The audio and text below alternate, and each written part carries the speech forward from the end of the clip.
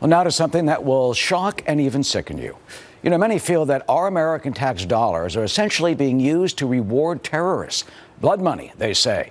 And that's what a bill in the United States Senate is now aimed at trying to end.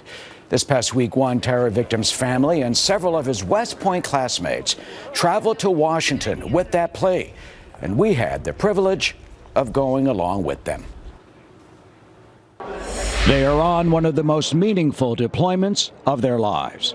A group of West Point graduates on a mission for one of their fallen classmates and his family. They came to support the Taylor Force Act, a bill that would cut off American aid to the Palestinian Authority if it does not stop paying terrorists who kill Israelis and American citizens. Taylor was 28 years old, had served in Iraq and Afghanistan, and was stabbed to death by a Palestinian terrorist in Tel Aviv, Israel, 2 years ago. Palestinians have a reward program for terrorism committed in Israel.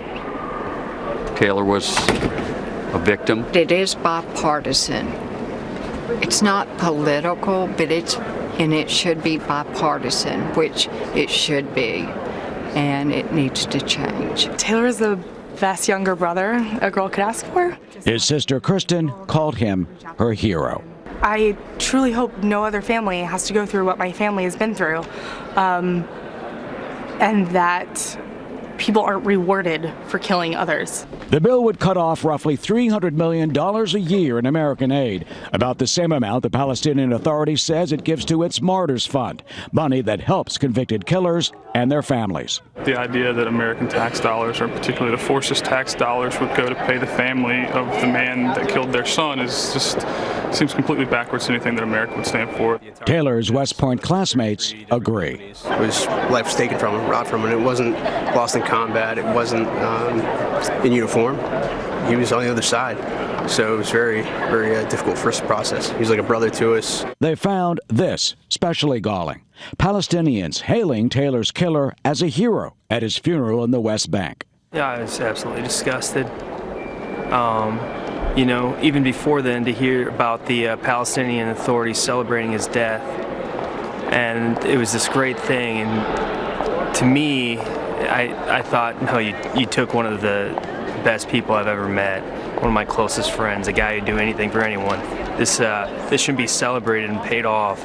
Obviously, it should be penalized. The White House has recently been ratcheting up the pressure on the Palestinians by moving the U.S. Embassy to Jerusalem this spring and cutting off some aid.